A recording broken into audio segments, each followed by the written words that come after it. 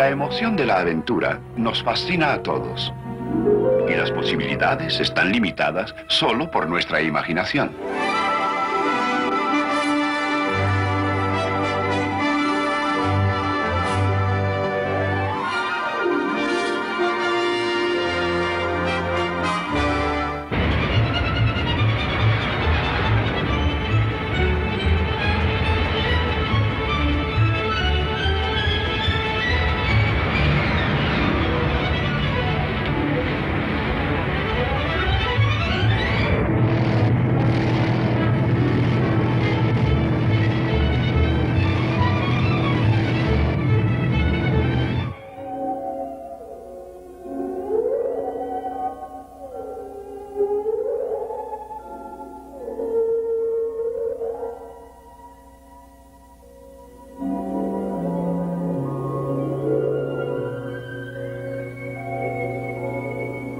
Un aspecto reciente en la búsqueda humana de la aventura es el rápido y asombroso crecimiento del motociclismo.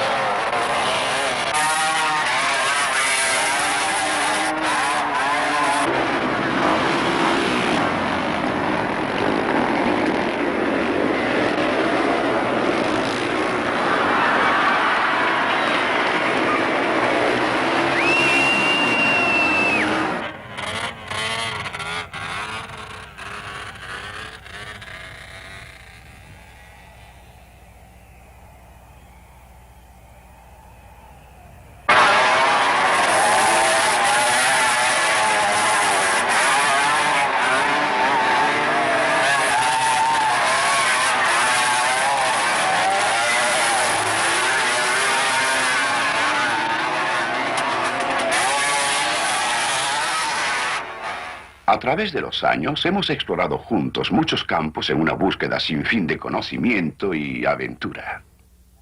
En unos momentos nos encontraremos en medio del desierto del Sahara, envueltos en una de las más increíbles aventuras que se conozcan de la vida real.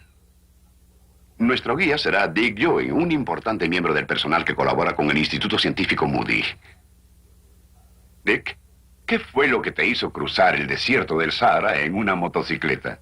Es que siempre me ha gustado la vida aventurera. He trabajado como buzo y fotógrafo submarino. Algún tiempo fui detective privado. Aún llegué a ser guía y aficionado a la caza mayor. En especial me gustan los deportes de gran emoción. Uno de mis favoritos es el canotaje. De hecho, una vez estaba dispuesto a recorrer todo el río Nilo en un kayak. Pero dos cosas me lo impidieron. En primer lugar, me costó trabajo interesar a otras personas en remar 6.000 kilómetros plagados de cocodrilos y moscos. Y luego, una guerra en el cercano oriente prohibía a los viajeros internarse mucho en Egipto y en el Sudán. Así que concentré mis planes en el desierto del Sahara. Puse un anuncio en un diario de Seattle y 31 personas respondieron. Les dije lo que tenía en mente: cruzar el desierto más grande del mundo en motocicleta. Bueno, no puedes quejarte de la reacción, Dick. Al menos descubriste que no eras el único chiflado en el mundo. Sí. Inclusive había 3 muchachas entre ellos, pero seleccioné a 4 hombres. Russell Rinn se enteró de mi anuncio una semana después y me llamó desde un barco. Era oficial en la Marina Mercante, tenía 22 años y estaba lleno de energía. Frank Fanger era 20 años mayor que Ross y es la clase de persona con que uno quisiera contar como amigo para toda la vida. Amaba tanto la naturaleza que casi no podía quedarse en casa. Otto Christensen, de 52 años, era el miembro más viejo de nuestra expedición. Era constructor. Acababa de escalar el monte Kilimanjaro en África. Nick Toll, nacido en Holanda y educado en Canadá. Era ingeniero electricista. Hablaba 5 idiomas y, claro, se convirtió en nuestro intérprete. Nuestro viaje se inició en Casablanca, Marruecos, en la costa noroeste de África. Ahí pasamos varias semanas en espera de que llegaran nuestras motocicletas.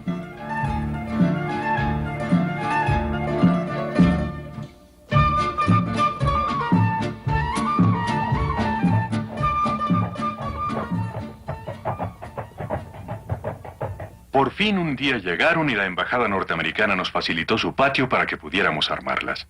Nos sentíamos felices de que nuestra expedición estuviera a punto de comenzar, pero teníamos cierta ansiedad.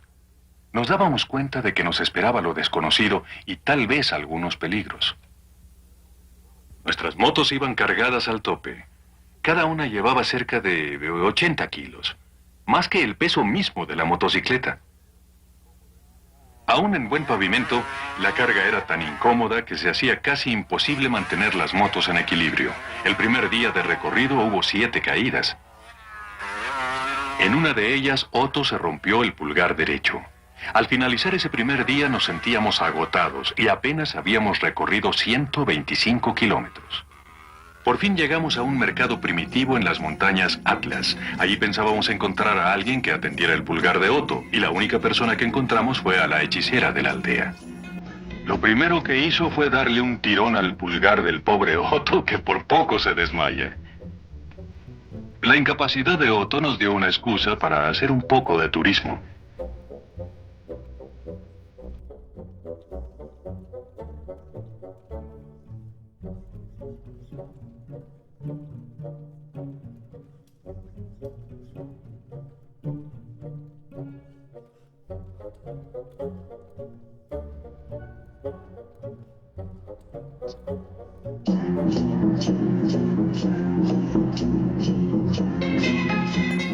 A pesar de su fractura, Otto todavía viajó 500 kilómetros más antes de retirarse. Cruzamos las montañas Atlas y al comenzar el descenso, ante nuestros ojos se presentó el inmenso Sahara. Nada, excepto rocas y arena.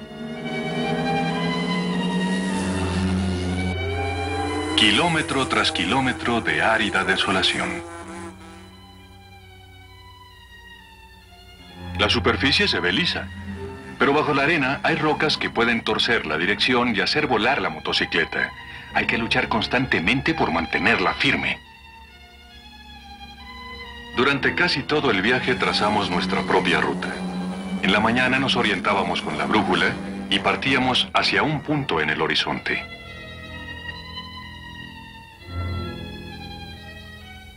12 horas más tarde, cuando descargábamos para acampar, sentíamos que no nos habíamos movido. El mismo terreno vacío que habíamos dejado en la mañana parecía que nos esperaba cuando nos deteníamos por la noche.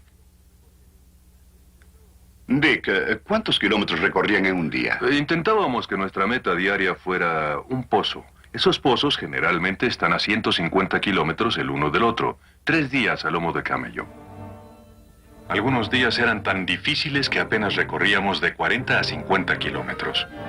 En los peores trayectos teníamos que arrastrar y empujar las motocicletas.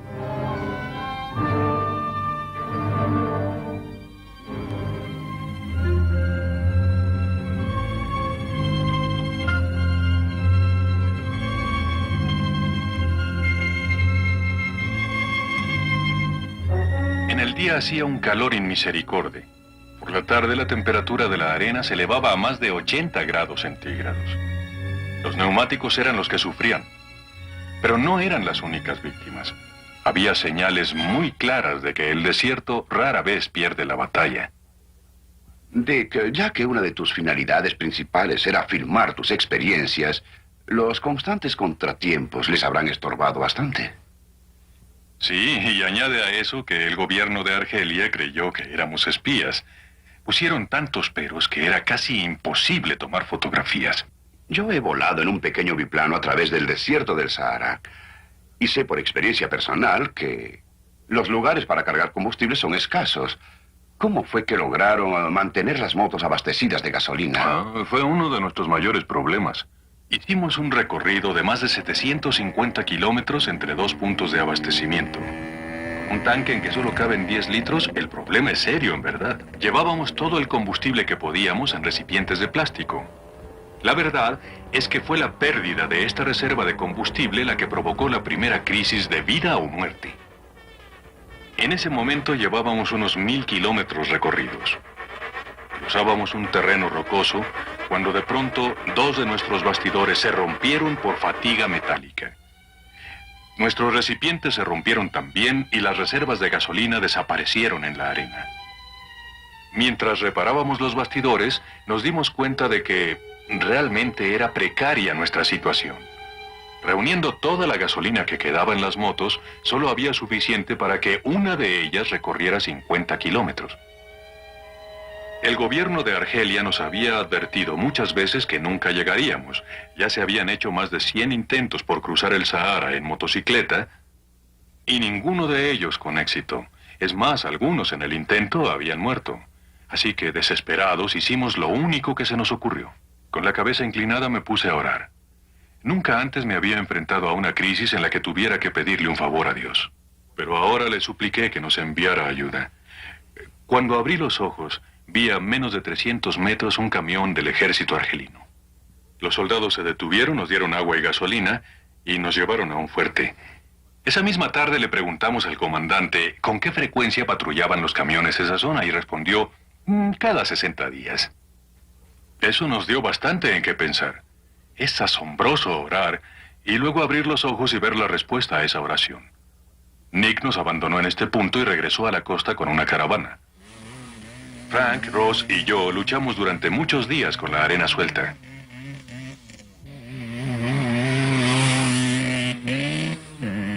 Hicimos un gran esfuerzo por recuperar el tiempo perdido.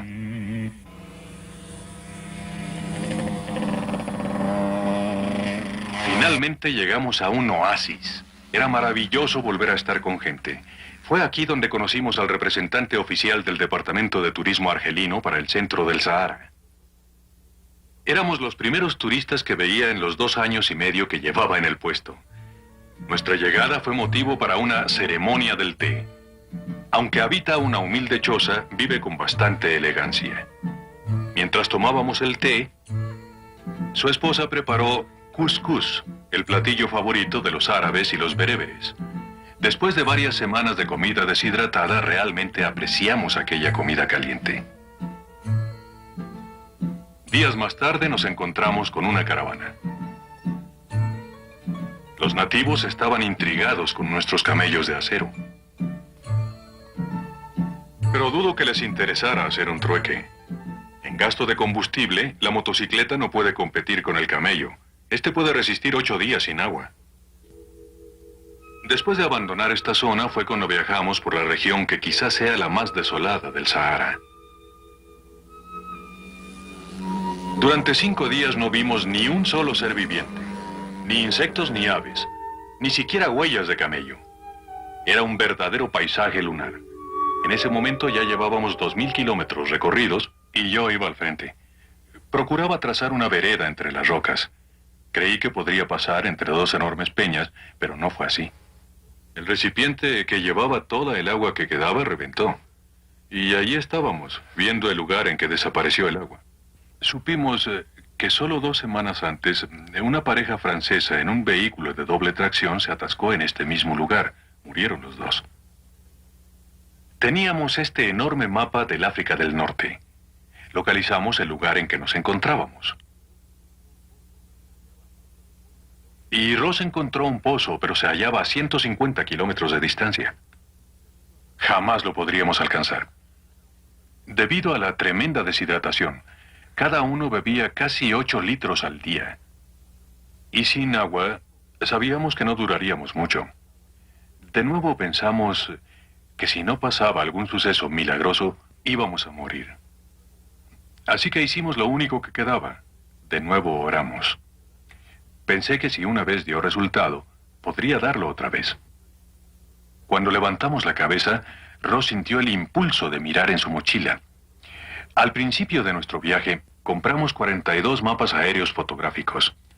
Mostraban los más mínimos detalles. hasta las rutas de camellos y los pozos. Algunos los encontramos secos. Durante el viaje había sido necesario aligerar continuamente nuestra carga y desechamos muchísimas cosas. Película, nuestra estufa, varias refacciones e inclusive esos mapas detallados. Nos deshicimos de todos, al menos eso creímos, pero Ross sintió el impulso de buscar en su mochila. Y extrañamente encontró uno de esos mapas. Era justo el mapa de la zona en que nos encontrábamos e indicaba que había un pozo a solo 8 kilómetros de ahí. Un pozo que no aparecía en el mapa grande. Entonces pensamos, ¿encontraremos agua o lo hallaremos seco? Tan pronto como pudimos, corrimos para averiguarlo.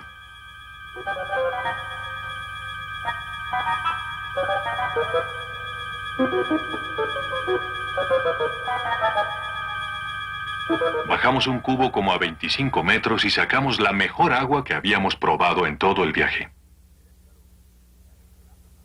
Sabes, Dick, me da escalofrío escuchar el relato tan vívido de tu experiencia.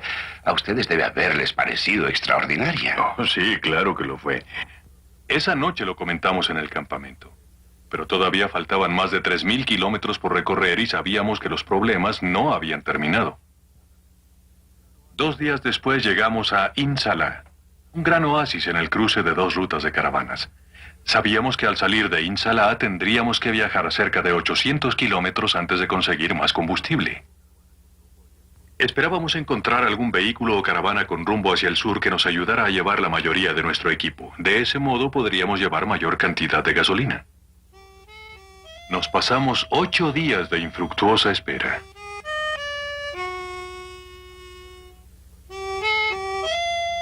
A pesar de nuestra impaciencia, tuvimos oportunidad de descansar.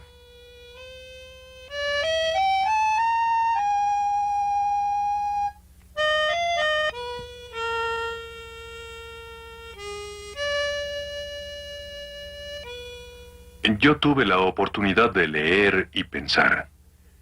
Aunque en ese momento no era cristiano, no me cabía la menor duda de que Dios nos había salvado la vida 2 veces. Y me molestaba saber que siempre pedía favores a Dios, pero parecía que Él jamás pedía nada a cambio. Dick, ¿cuáles eran tus creencias religiosas? Estudié bastante religión en la universidad. Solía creer que todo mundo tenía razón. Los mahometanos, los budistas, los existencialistas, todo el mundo. Pero luego me di cuenta de que no todos podían tener la razón. Y todos mis estudios y análisis me dejaron bastante hostil. Sí, pero yo creo que esas experiencias que viviste en el desierto llegaron a suavizarte un poco. Ah, claro que sí. La novia de Russell le había regalado esta Biblia de bolsillo. Y se la pedí prestada. Quería saber más de ese Dios que respondía a nuestras oraciones y que aparentemente no pedía nada a cambio. Así que leía Mateo, Marcos, Lucas, mucho de Juan y el Apocalipsis. Y por primera vez en mi vida comprendí lo que la Biblia decía. Ya no pudimos esperar más. Iba a iniciarse la época de las tormentas de arena y nuestras visas estaban por vencerse. Continuamos la aventura aún sabiendo que era muy difícil tener éxito. Esperábamos conseguir combustible en un pequeño puesto militar que habíamos visto en el mapa. Pero antes de llegar allí y descubrir que el puesto estaba abandonado, tuvimos un desastre aún mayor. Estábamos a 300 kilómetros de Insala y llevábamos muy buen tiempo. Fue entonces que mi rueda delantera dio con una roca en la arena, y al dar un salto mortal, mi pierna atravesó los rayos de esa rueda. 160 kilogramos de carga y motocicleta me cayeron encima del cuerpo. Cuando Ross me ayudó a levantarme, le dije que creía que mi pierna estaba rota. Ya se había fracturado cuando estaba en la marina, y los médicos me pusieron 5 pernos de acero. Me dijeron que si me la volvía a fracturar, era posible que me la amputaran. Era evidente que ya no podía seguir. Imposible que mis amigos me llevaran en sus motocicletas. Y si me dejaban, no había forma de que trajeran ayuda antes de que muriera de sed. Se necesitaban por lo menos 5 días para un viaje de ida y vuelta a Taman Rasset, el lugar más cercano donde buscar ayuda. Mientras yacía tendido en la arena, pensé que mi vida era un fracaso. Pensé en mi egoísmo, y me arrepentí por la forma en que había hecho muchas cosas. Oré por 3ª vez y dije, Señor, esta vez sí que la he hecho buena, y discúlpame que siga molestándote, pero estamos en graves apuros. Y sé que voy a morir si no envías ayuda inmediata. Entonces volvieron a mi memoria esos pasajes que leí en la Biblia y comprendí que Dios había provisto una forma de perdonarme. Que no necesitaba morir sintiéndome culpable por mi manera de vivir. En ese momento acepté a Cristo como mi Salvador personal y supe que había encontrado lo que durante tanto tiempo había buscado. Era la paz. Una paz increíble. Dick, esta es una de las experiencias de conversión más fantásticas que jamás he escuchado. Debe haber sido maravillosa la experiencia que tuviste en el desierto. Pero ahí estabas todavía enfrentándote a la muerte. ¿Y qué pasó? Creo que por primera vez estaba preparado para morir. Pero el Señor tenía otros planes para mi vida. Cuando acabé de orar, levanté mi vista. Primero creí que era un espejismo. Vi un camión que se dirigía hacia nosotros. Lloré lágrimas de alegría.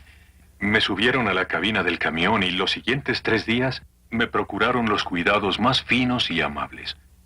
Cuando llegamos a Tamanrasset encontramos un médico, el único que había en 2.400 kilómetros a la redonda. Nos dijo que apenas hacía una semana que había recibido un fluoroscopio, pero que todavía no lo había armado. Cuando terminamos de armarlo, pusieron mi pierna frente a la pantalla y el doctor dejó escapar un prolongado silbido. Probablemente creyó estar viendo una colección de fierros cuando vio sus pernos en tu pierna, Dick.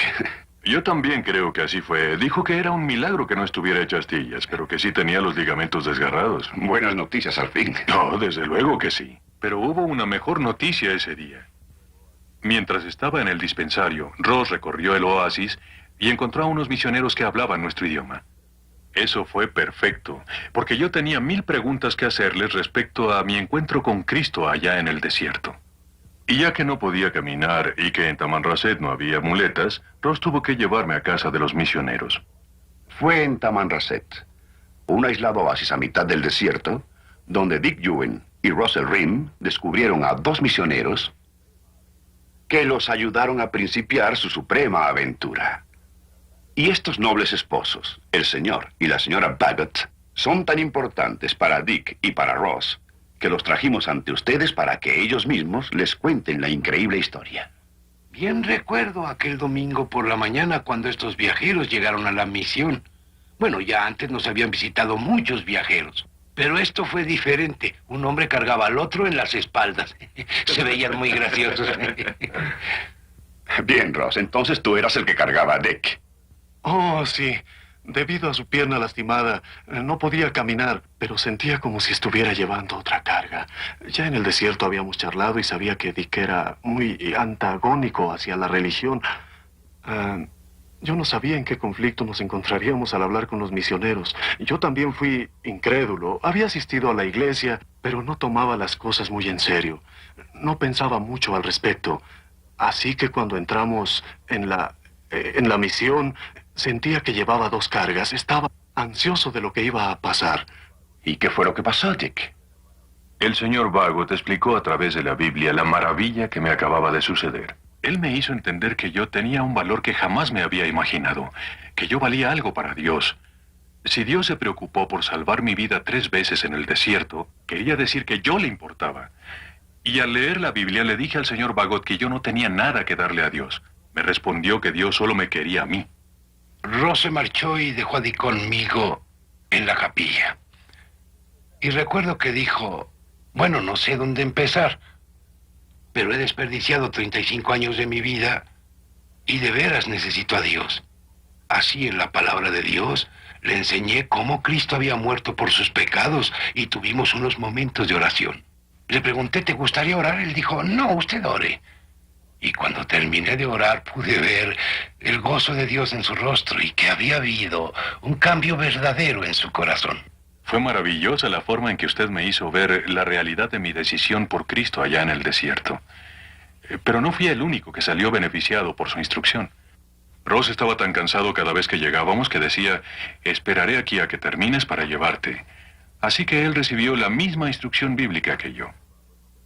Y cuando nos estábamos marchando, la señora de Bagot no permitió que se fuera así nada más. Le había tomado la mano para despedirme y pude ver que en su rostro había tal aflicción que cuando se acercó para despedirse, le dije, ¿estás seguro, Ross, de que quieres marcharte de aquí sin recibir al Señor Jesucristo como tu Salvador?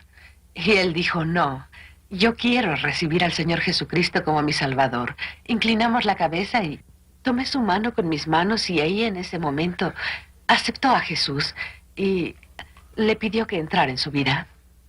Cuando terminamos de orar, después de que acepté a Jesucristo como mi Salvador personal, sentí una increíble paz interior y al mismo tiempo un regocijo tremendo porque yo había descubierto algo que jamás había sentido en mi vida.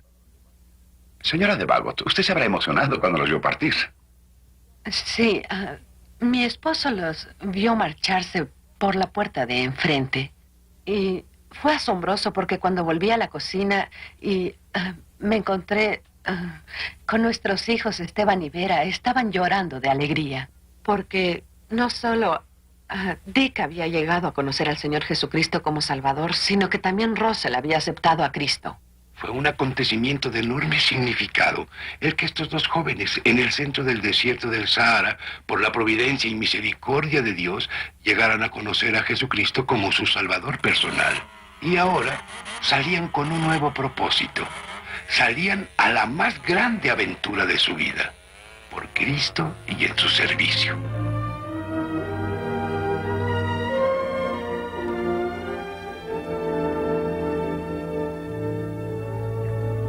Sí, logramos cruzar el Sahara.